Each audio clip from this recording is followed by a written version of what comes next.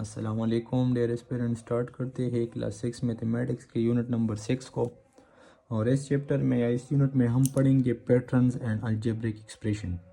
तो चलो चैप्टर को इंतहाई आसान में अल्फाज में एक्सप्लेन करने की कोशिश करते हैं और साथ में बहुत सारे रिलेवेंट एमसीक्यूज़ को भी कवर करते हैं। लेकिन चैप्टर को स्टार्ट करने से पहले कुछ कॉन्सेप्ट है जो मैं आप लोगों को क्लियर कराना चाहता हूँ। वो है कि फॉर एग्जांपल ये अलजेब्रिक एक्सप्रेशन और ये चीज़ें क्या होती है। अलजेब्रिक एक्सप्रेशन क्या होता है? ये एक अलजेब्रिक एक्सप्रेशन है। अलजेब्रिक एक्सप्रेशन जो होता है ये combination of variable, constant and coefficient ये होते हैं, ठीक है। फॉर एग्जांपल इसमें वेरिएबल भी है, कोफिशिएंट भी है, कांस्टेंट भी है, एक्सपोनेंट भी है। तो इसको हम क्या कहते हैं? अलजेब्रिक एक्सप्रेशन हमने कहना है इसको। अलजेब्रिक एक्सप्रेशन और अलजेब्रिक इक्वेशन में फ़र्क होता है। ये अलजेब्रिक एक्सप्रेशन है। फॉर एग्जांपल मैं यहाँ पे एक इक्वेशन लिखता हूँ, अलजेब्रिक एक्सप्रेशन यहाँ भी लिखता हूँ, यहाँ भी लिखता हूँ, तो दोनों एक दूसरे के इक्वल लेता हूँ, तो फिर को मैं इनको इक्वेशन कहता हूँ, इक्वेशन। लेकिन सिंपल अगर इस तरह गिवन हो, कोई इक्वल वाला साइन ना हो, तो उसको फिर हम अलजेब्रिक एक्सप्रेशन कहते हैं, ना कि अलजेब्रिक इक्वेशन। तो अगर कोई आपसे पूछे कि इस तरह का गिवन हो, कोई आपसे पूछे कि ये अलजेब्रिक एक्सप्रेशन है या अलजेब्रिक इक्वेशन, तो आपने कहना है कि ये अलजेब्रिक एक्सप्रेशन है। अच्छा, तो अब इसमें जो है ये x जो होता है इसको हम वेरिएबल कहते हैं, इसकी वैल्यू अननोन होती है, अननोन। x जो भी होगा, x y z जितने भी होते हैं अलजेब्रिक एक्सप्रेशन में, उनको हम क्या कहते हैं? वेरिएबल कहते हैं।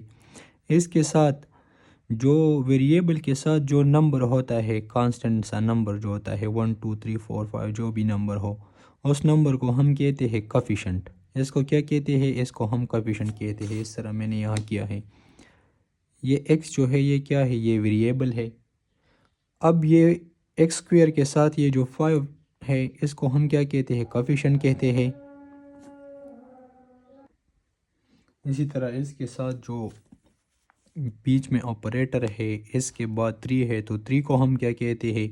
जिसके साथ एक्स वाई जेड ना हो तो उसको हम कहते हैं कांस्टेंट।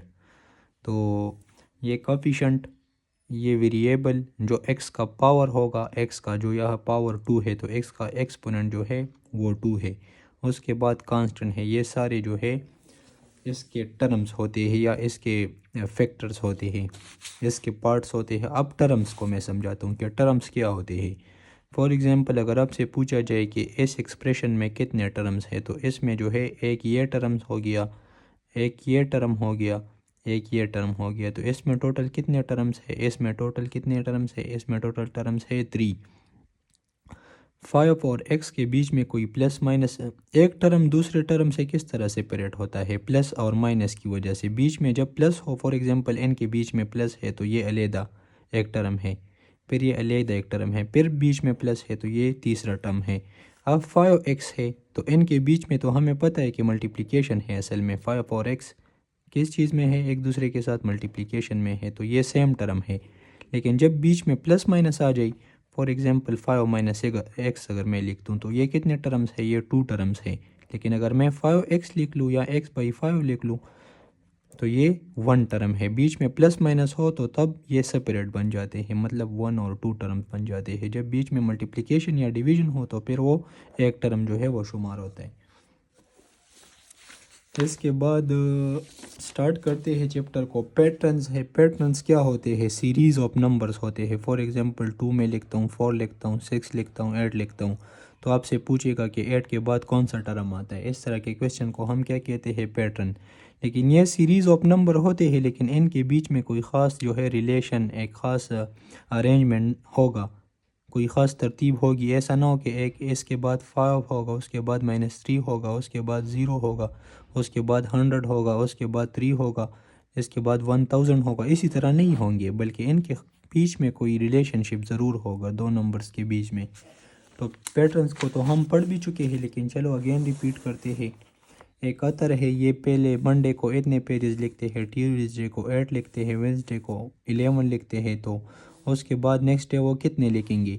तो 2 और 5 के बीच में कितना डिफरेंस है? 3। 5 और 8 के बीच में कितना डिफरेंस है? 3। 8 और 11 के बीच में कितना डिफरेंस है? तो मतलब ये 3 3 डिफरेंस के साथ सीरीज़ आगे बढ़ता जा रहा है। तो इनके बीच में भी 3 डिफरेंस होगा। 11 के साथ 3 ऐड कर ले तो क्या आएगा 14 आएगा। 14 के साथ फिर 3 ऐड कर ले तो क्या आएगा 17 आएगा। उसके बाद फिर 3 ऐड कर ले तो 20 आएगा। 3 के साथ ये सीरीज़ आगे बढ़ता जा रहे हैं। उसके बाद नेक्स्ट सीरीज़ है तो यहाँ क्या है 11 और 7 23। इनके बीच में डिफरेंस कितना है 11 6। इनके बीच में डिफरेंस कितना है 6 6। तो 6 का डिफरेंस आ रहा है। तो अगर आप इसके साथ 6 ऐड करें तो 17, 17 के साथ 6 ऐड करें तो 23, 23 के साथ 6 ऐड करें तो 29। आपको मैंने कहा भी है कि आप इस तरह करें कि ये जो टर्म है इससे ये पीछे वाला माइनस करें, इस तरह इससे ये वाला माइनस करें, इस तरह इससे, तो इनके बीच में आपको एक रिलेशनशिप मिलेगा। आप ये 6 डिफरेंस के साथ आगे बढ़ता जा रहे हैं। तो 29 के बाद क्या होगा 6 ऐड करें तो 35 होगा। फिर 35 के साथ 6 ऐड करें तो 41 होगा। 41 के साथ 6 ऐड करें तो 47 होगा। इसी तरह ये आगे बढ़ता जाएगा।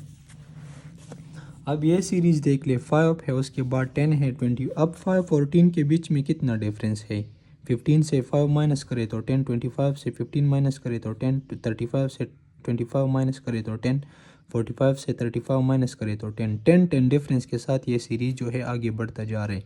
तो आगे नेक्स्ट टर्म क्या होगा फिर 10 का डिफरेंट होगा तो क्या होगा 55 होगा। उसके बाद नेक्स्ट क्या है कि 2 है फिर 4 है फिर 8 है। अब देखिए 2 और 4 के बीच में कितना डिफरेंस है 2। 8 और 4 के बीच में कितना डिफरेंस है 4। अब डिफरेंस जो है ये बढ़ता जा रहा है, नंबर नहीं डिफरेंस भी। इनके बीच में 2 है, अब इसका डबल है 4। अब इसके बाद इसका डबल होगा 8 डिफरेंस होगा। तो 8 और 8 कितना होगा 16। अब 8 डिफरेंस है यहाँ। अब यहाँ कितना डिफरेंस होगा 16 डिफरेंस होगा, क्योंकि ये डिफरेंस जो है ये डबल होता जा रहा है। तो 16 के बाद क्या होगा 32। अब डिफरेंस भी जो है 32 होगा। तो नंबर क्या होगा 64 होगा। आपने सोचना है कि यह जो डिफरेंस है उसका क्या सीन है, क्या वो सेम नंबर आता है या डिफरेंस भी अगर बढ़ता जा रहा हो तो आप भी उसको बढ़ा ले। अब ये पैटर्न देख ले 8 से 4 माइनस करे तो क्या आएगा 4 आएगा। 12 से 8 माइनस करे तो 4 आएगा। 16 से 12 माइनस करे तो 4 आएगा। 20 से 16 माइनस करे तो 4 आएगा। 4 4 डिफरेंस है सेम। तो इस तरह हर एक नंबर के साथ 4 4 ऐड होता जा रहा है। तो यहाँ नंबर क्या होगा 24 होगा। अब यह भी सेम टू सेम पैटर्न है।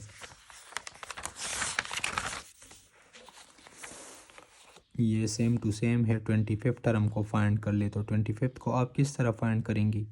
फॉर एग्जांपल ये 7 है, 14 है, 21 है। पहला नंबर जो है 7 1 ज़र 7, 7 2 ज़र 18, 7 3 ज़र 20, 21, 7 4 ज़र 28, 7 5 ज़र 32, 7 6 ज़र 40। तो अब कौन सा टर्म हमने फाइंड करना है। तो हर एक अगर मैंने 25 नंबर फाइंड करना है तो 7 के साथ 25 को मल्टीप्लाई करें, क्योंकि यहाँ मैंने 7 के साथ 1 को मल्टीप्लाई 7 का टेबल है। तो 25 टर्म को आप फाइंड करना चाहते हैं तो इस तरह करें कि 7 को 25 के साथ मल्टीप्लाइड करें। 7 5 ज़र 35 आएगा। 5 3 कैरी हो गया। 7 2 ज़र 14 और 3 17, 175। अब ये एक्सरसाइज है identify the term to term rule for the following. तो टर्म टू टर्म रूल को फाइंड कर ले। अब इसका क्या है इनके बीच में डिफरेंस जो है 5 5 है, ठीक है। 5 है इनके बीच में, क्या है 5 है इनके बीच में भी 5 है, फिर 5 है। तो 5 5 के साथ ये बढ़ता जा रहा है। तो आप नेक्स्ट नंबर को फाइंड करने के लिए आप पिछले नंबर के साथ 5 ऐड करें तो you will find the next number. अब यहाँ 8 है, 16 है, 32। ये 8 का टेबल है असल में, सॉरी 8 का टेबल नहीं है। इनके बीच में जो डिफरेंस है वो असल में 8 का टेबल है। 8 1 ज़र 8, फिर इनके बीच में 16 टेबल है, 16 डिफरेंस है। फिर इनके बीच में जो है कितना डिफरेंस है 32 है। अब इनको डबल कर ले 8 16 32, फिर 64 डिफरेंस होगा। तो 64 के साथ आप 64 को ऐड कर ले। फिर उसके बाद 128 डिफरेंस होगा। उसके बाद 256 डिफरेंस होगा। तो ये सारी सीरीज़ है, आप कर सकते हैं, सारे इजी है। लेकिन मेन जो हमारा फोकस है सीरीज़ को तो हम कर चुके हैं ऑलरेडी। मेन जो हमारा फोकस है यहाँ तो वो अलजब्रिक एक्सप्रेशन पे है। अलजेब्रा का मैंने आप लोगों को बताया कि अलजेब्रा जो है इस पे ज़्यादा काम अल-ख्वारिज़मी ने किया है, जो एक मुस्लिम साइंटिस्ट था। और इसके अलावा इसमें कांस्टेंट होते हैं, वेरिएबल्स होते हैं, इनका कम्बिनेशन से जो है क्या बनता है अलजेब्रिक एक्सप्रेशन बनता है। तो नेक्स्ट एक क्वेश्चन करते हैं इस पे यहाँ इन्होंने दिया है for example the price of book mark is 50 if want to buy 12 books. अगर एक बुक का कीमत जो है वो 12 है तो वो 12 लेना चाहते हैं, 12 लेना चाहते हैं। तो मैंने आपको ऑलरेडी कहा था कि एक का गिवन है, 12 का फाइंड करना चाहते तो मल्टीप्लिकेट कर ली तो क्या आएगा 12 0 0 0 12 5 0 60 तो 600 आएगा। 600 इन्होंने भी लिखा है यहाँ।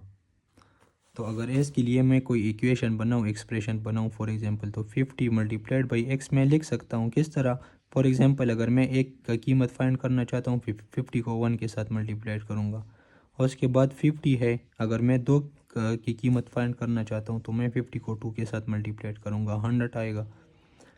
3 की फाइंड करना चाहता हूँ, 3 बुक मार्क की, तो 50 को 3 के साथ मल्टीप्लाइड। 12 की फाइंड करना चाह रहे थे, इन्होंने 50 को 12 के साथ मल्टीप्लाइड किया है।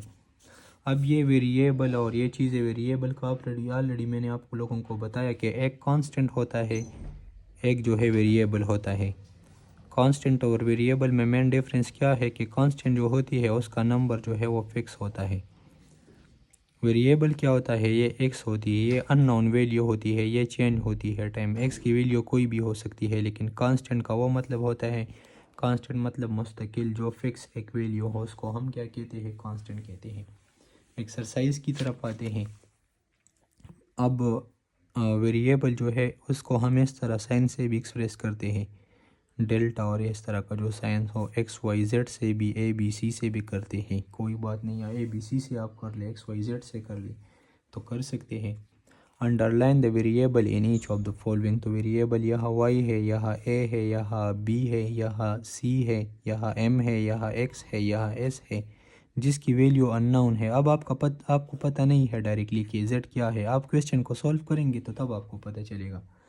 Use letters instead of symbol in each of the statement.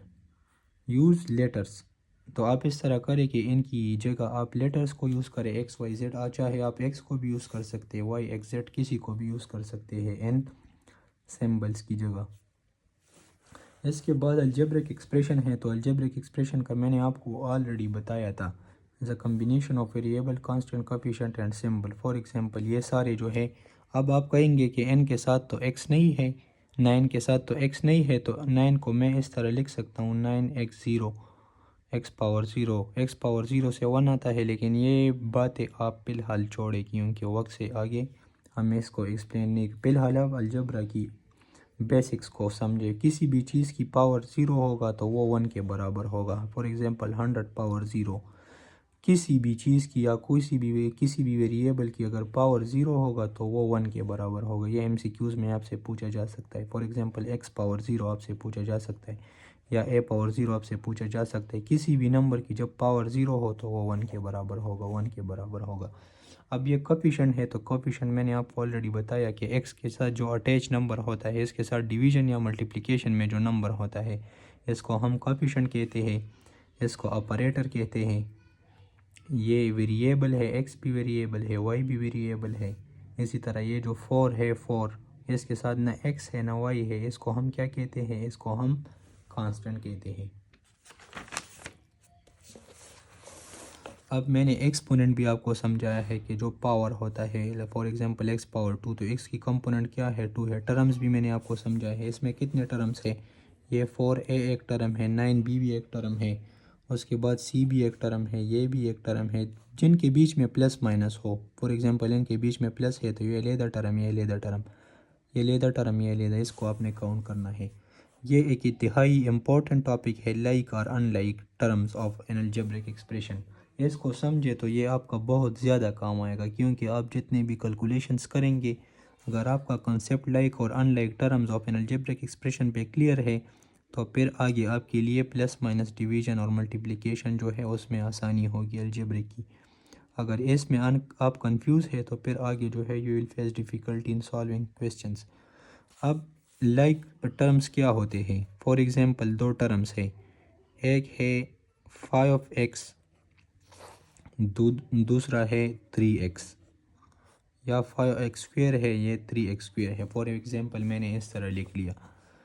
अब इसका वेरिएबल भी सेम हो, वेरिएबल दोनों का, इसका भी x है, इसका भी x है, ठीक है, इसका भी वेरिएबल x है, इसका भी वेरिएबल x है, दोनों टर्म्स का वेरिएबल जो है x है, दोनों टर्म्स का एक्सपोनेंट भी सेम है, एक्सपोनेंट भी सेम हो और वेरिएबल भी सेम हो, कोफिशिएंट चाहे डिफरेंट हो, यहाँ 5 है यहाँ 3 है, तो ये कोफिशिएंट डिफरेंट हो तो फिर भी कोई मसला नहीं है, फिर भी ये जो है क्या है, लाइक टर्म्स हैं।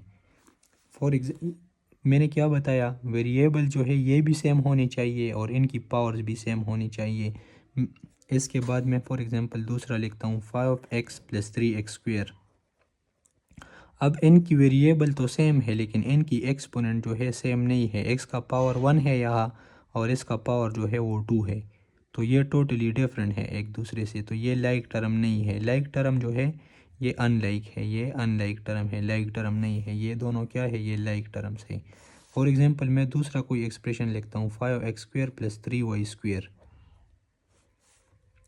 अब यह एक्सपोनेंट तो सेम है लेकिन ये वेरिएबल जो है ये डिफरेंट है, तो ये भी अनलाइक टर्म है, ठीक है। ये भी कोफिशिएंट का आपने टेंशन नहीं लेना, कोफिशिएंट चेंज भी हो, यहाँ 5 हो यहाँ 3 हो, फॉर एग्जांपल इस केस में 5 और 3, ऐसे कोई फ़र्क नहीं पड़ता, लेकिन मेन जो चीज़ है वो वेरिएबल और इसके एक्सपोनेंट जो है वो सेम होने चाहिए। आगे आप क्या करेंगे, सेम लाइक अभी से मैं बताता हूँ, सेम टर्म जो होता है उनकी आप प्लस माइनस कर सकते हो। अगेन मैं कह रहा हूँ क्योंकि it is very extremely important, जो सेम टर्म्स हो उनकी आप प्लस माइनस कर सकते हैं। फॉर एग्जांपल यहाँ मैं लिखता हूँ कि 5y² + 3x। अब इन दोनों को मैं ऐड नहीं कर सकता क्योंकि ये सेम टर्म नहीं है, सॉरी लाइक टर्म नहीं है ये।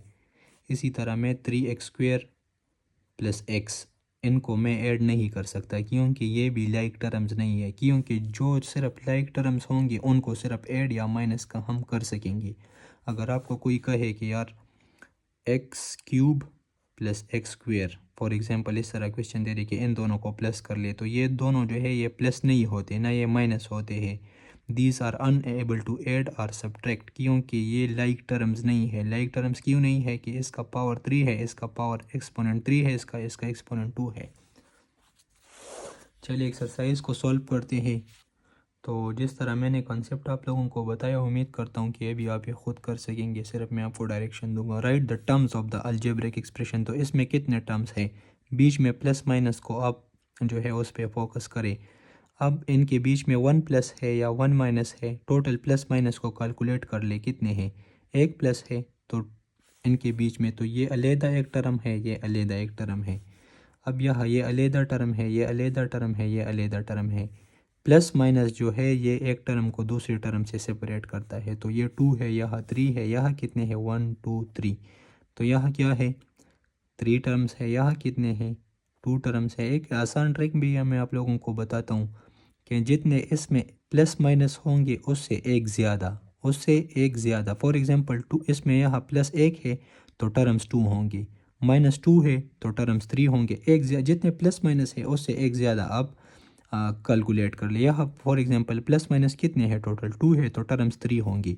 यहाँ 1 है तो टर्म्स जो है वो कितने होंगे, वो 2 होंगे। या आप इस तरह भी कर सकते हैं, दोनों तरीके से आप कर सकते हैं। Identify variable coefficient and constant, coefficient variable और कांस्टेंट को जो है आप आइडेंटिफाई करें कि ये कौन से हैं। तो अभी आपने क्या करना है, करना आपने ये है कि अब x जो है, x वेरिएबल है, ये 2 जो है ये एक्सपोनेंट है इसका, और x के साथ कोई भी नंबर नहीं है। जब x के साथ कोई भी नंबर नहीं हो तो हम 1 को कंसिडर करते हैं, यहाँ 1 को। फॉर एग्जांपल ये x भी मैं कह सकता हूँ, 1x भी कह सकता हूँ, ठीक है। तो 1 जो है जब कोई नंबर ना हो, फॉर एग्जांपल 5x है तो फिर इसका कोफिशिएंट तो 5 बन गया, लेकिन जब कोई नंबर ना हो तो उसका कोफिशिएंट फिर 1 होता है। अब यह भी जो है हम कर सकते हैं, वेरिएबल क्या क्या है, वेरिएबल y भी है, z भी है। 7 जो है ये कोफिशिएंट है, यहाँ 1 कोफिशिएंट है z के साथ, एक्सपोनेंट जो है वो 3 है, कांस्टेंट जो है वो 1 है। बाकियों के लिए आप कर सकते हैं y पावर 4, ये कोफिशिएंट है 1/2, पावर जो है ये एक्सपोनेंट होता है y पावर 4, y जो है ये वेरिएबल है, 6 जो है ये कांस्टेंट है, जिसके साथ ना x हो ना y हो उसको हम क्या कहते हैं, वो सिंगल होता है। उसके बाद क्या है, तीसरा क्वेश्चन है right the algebraic expression whose terms are given below. इनका अलजेब्रिक एक्सप्रेशन लिखे। फॉर एग्जांपल 3a है, उसके बाद -2b है, तो मैं लिखूँगा 3a - 2b, ये मैंने लिख लिया। यहाँ x² - y² है, तो x² - y², इनको मैं लिख सकता हूँ। तो सारे 6abc - bcd, कोई बीच में प्लस माइनस नहीं है, तो जब ना हो तो आपने प्लस लिखना है। फिर इनके बीच में भी ना प्लस है ना माइनस है, तो आपने लिखना है 3x⁴ प्लस xy² + 7। इसके बाद क्या है, list out of like terms इनमें से लाइक टर्म्स कौन से हैं। फॉर एग्जांपल यहाँ 7a है, यहाँ a है, तो ये लाइक टर्म्स है, ये भी लाइक टर्म्स है इनके। a है यहाँ भी a है, a का पावर यहाँ भी 1 है, यहाँ भी 1 है, यहाँ भी 1 है, यहाँ 3 है, तो कोएफिशिएंट a/3 का मतलब होता है कि 1/3 मल्टीप्लाइड बाई a। तो ये भी कोएफिशिएंट चेंज हो तो कोई प्रॉब्लम नहीं, एक्सपोनेंट और वेरिएबल सेम होनी चाहिए। तो ये सारे जो है, ये मैंने जो अंडरलाइन किए हैं, ये सारे क्या हैं, ये लाइक टर्म्स हैं। बाकी आप कर सकते हैं। फॉर एग्जांपल यहाँ क्या है, 2p⁻3 है, यहाँ 2p² है, तो ये लाइक नहीं है। 2q² p3, ये भी जो है ये और ये लाइक टर्म्स हैं। इसके अलावा ये और सॉरी 2p⁻, अब इसके साथ q² p, ये और ये जो है ये लाइक टर्म्स हैं, ठीक है। इसके बाद क्या है, एवोल्यूशन ऑफ अलजेब्रिक एक्सप्रेशन हमने करना है। अलजेब्रिक एक्सप्रेशन होगा, फॉर एग्जांपल 5x + 3, इस तरह का कोई इक्वेशन होगा, = 0 होगा, या 0 ना भी हो, 5x + 3 फॉर एग्जांपल हमें गिवन होगा और हमें कहा गया होगा कि x जो है ये 1 के बराबर है, x = 1, x 1 के बराबर है। आप इस अलजेब्रिक एक्सप्रेशन को इवेलुएट करें, तो मैं क्या करूँगा, आपको मैंने कहा है कि 5 और x के बीच में ना प्लस नज़र आ रहा है, ना माइनस, ना मल्टीप्लिकेशन, ना डिवीजन। जब कोई भी ऑपरेटर बीच में ना हो तो आपने उसको मल्टीप्लाई कंसिडर करना है। अब 5 है, x की वैल्यू हमें गिवन है, x की वैल्यू क्या है, 1 है, +3, तो 5 1 के साथ मल्टीप्लाइड करें, क्या आएगा, 5 1 5, उसके बाद प्लस, उसके बाद 3, तो 5 + 3 से क्या आएगा, 8 आएगा। इसी तरह हम क्वेश्चंस को सॉल्व करेंगे। यहाँ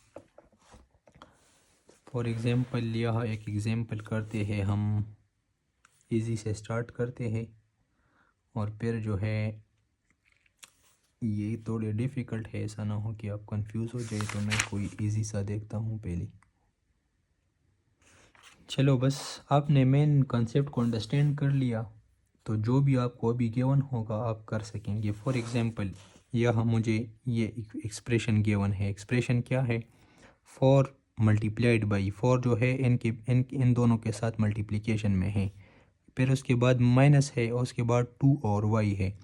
अब x की वैल्यू भी मुझे गिवन होगी, x की वैल्यू मुझे गिवन है, कहाँ गिवन है, x की वैल्यू यही पे, x की वैल्यू यहाँ गिवन है, x ये है, y -3 है। अब मैं क्या लिखूँगा, 4 को अपनी जगह लिखूँगा, x की जगह मैं क्या लिखूँगा, 2, लेकिन 2 के ऊपर, x के ऊपर स्क्वायर भी है, तो 2² होगा, प्लस उसके बाद 5 है, और x की जगह मैं क्या लिखूँगा, 2 लिखूँगा, फिर उसके बाद माइनस है अपनी जगह, फिर 2 है, 2 मैं अपनी जगह लिखूँगा, y के साथ 2 मल्टीप्लिकेशन में है, तो y की जगह मैंने लिख लिया -3 है। y किस चीज़ के बराबर है, -3।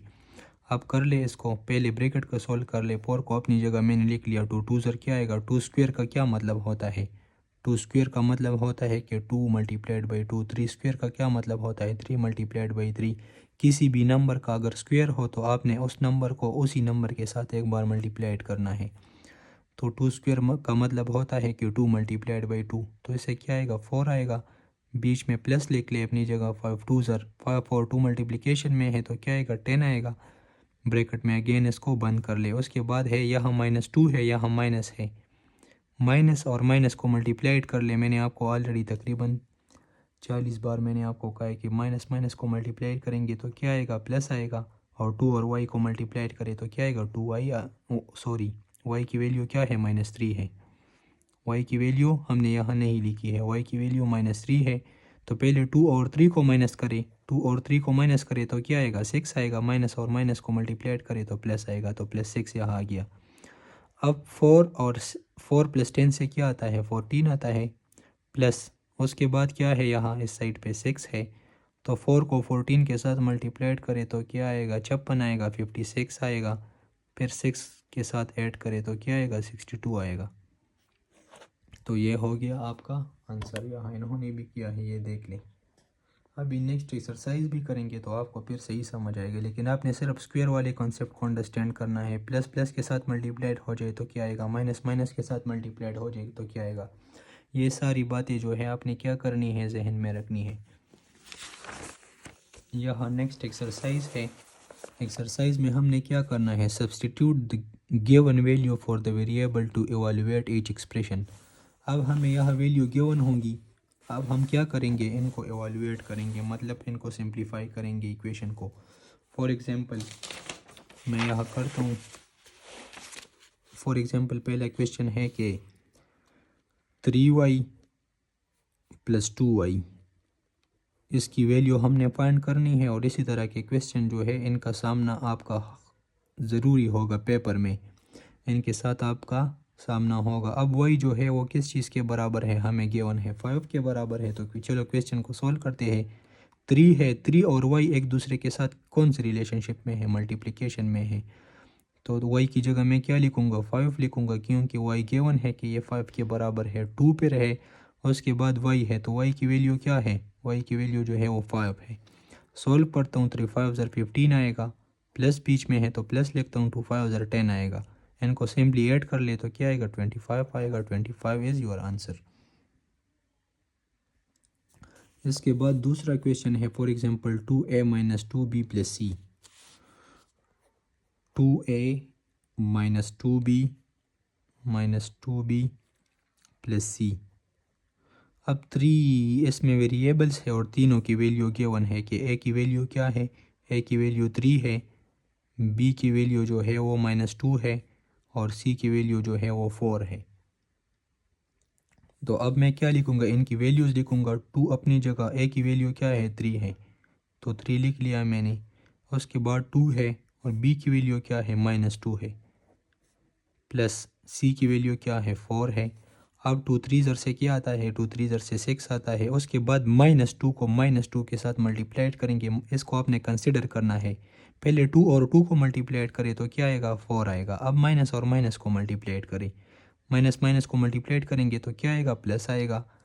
उसके बाद क्या है, प्लस है, उसके बाद 4 है, तो 6 + 4 से क्या आता है, 10 आता है, प्लस 4 उसके बाद है तो क्या आएगा, 14 आएगा।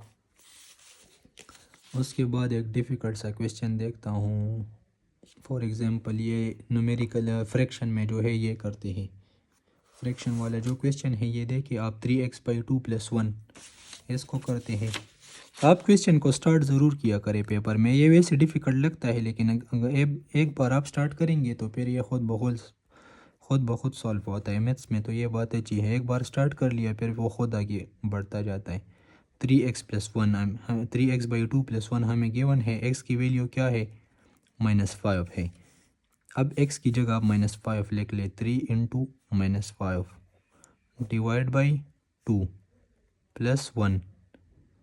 तो अब क्या आएगा, 3 5 ज़र क्या आएगा, 3 5 ज़र, लेकिन यहाँ प्लस है 3 के सामने, ये -5 है तो -15 आएगा, डिवाइड बाई 2 अपनी जगह, + 1 अपनी जगह। तो ये भी आपका आंसर हो गया। अगर मज़ीद सॉल्व करना चाहते हैं तो इसके नीचे 1 है, यहाँ 2 है। एलसीएम का जो तरीका मैंने आपको बताया था कि इनका एलसीएम निकालें, एलसीएम इनका 2 आएगा, फिर उस 2 को 2 पे डिवाइड कर ले और इससे मल्टीप्लाइड कर ले, फिर उसके बाद उस 2 को 1 पे डिवाइड कर ले और 1 के साथ मल्टीप्लाइड करे तो क्या आएगा, 2 आएगा। उनको ऐड करें, ये मैं ऑलरेडी डिटेल के साथ कर चुका हूँ, इसको दोबारा करने की कोई ज़रूरत नहीं है।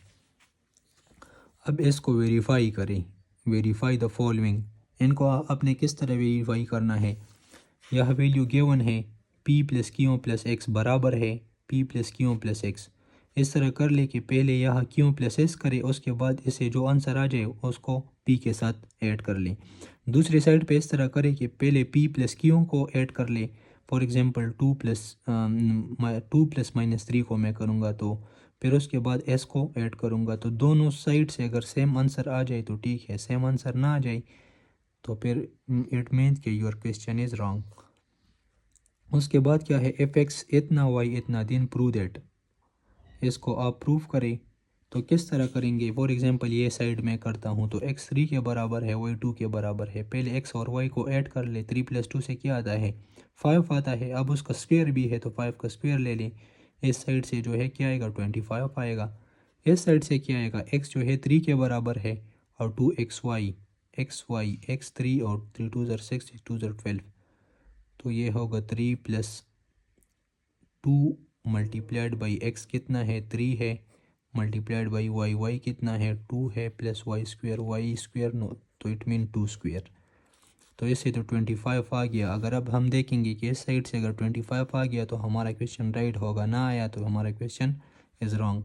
3 है, 2 3 ज़र 6, 6 2 ज़र 12, तो 3 ज़र 12, 3 प्लस इससे क्या आता है, इससे 12 आता है, उसके बाद 14 आता है, तो सॉरी 4 आता है। तो 3 और 3 2 3 ज़र 6, 6 2 ज़र 12, तो 12 और 3 को ऐड कर ले, उसके बाद क्या होगा 4 को ऐड कर ले 3 15। अब यह ये क्वेश्चन तो मैंने कर लिया, लेकिन इस साइड पे 19 आता है और इस साइड पे 25 आता है, लेकिन आंसर हमारा सेम आना चाहिए। तो यह बुक वालों से गलती हुई है। गलती कहाँ हुई है कि यह जो है x नहीं होना चाहिए, यह x स्क्वायर होना चाहिए। अगर यह हम x स्क्वायर कर ले फिर सॉल्व करेंगे तो फिर हमारा आंसर जो है 25 आएगा। फॉर एग्जांपल इसकी जगह मैं 3 लिखूंगा तो 3 3 ज़र 9 आएगा, 3 की जगह क्या आएगा 9 आएगा। अब 9 को मैं 12 के साथ ऐड कर लूँ, फिर 14 4 के साथ, तो माई आंसर विल बी 25। ये चैप्टर बेसिक भी है और बहुत ज़्यादा इम्पोर्टेंट भी है, तो इसलिए आई विश के इसको मैं 2 पार्ट्स में डिवाइड कर लूँ ताकि आप लोगों को इसका हर एक कॉन्सेप्ट जो है वो क्लियर समझ में आ जाए। तो फिर इंशाल्लाह इसकी नेक्स्ट पार्ट्स जो है उसको फिर नेक्स्ट वीडियो में एक्सप्लेन करेंगे। अभी के लिए मुझे इजाज़त दीजिएगा। वस्सलाम।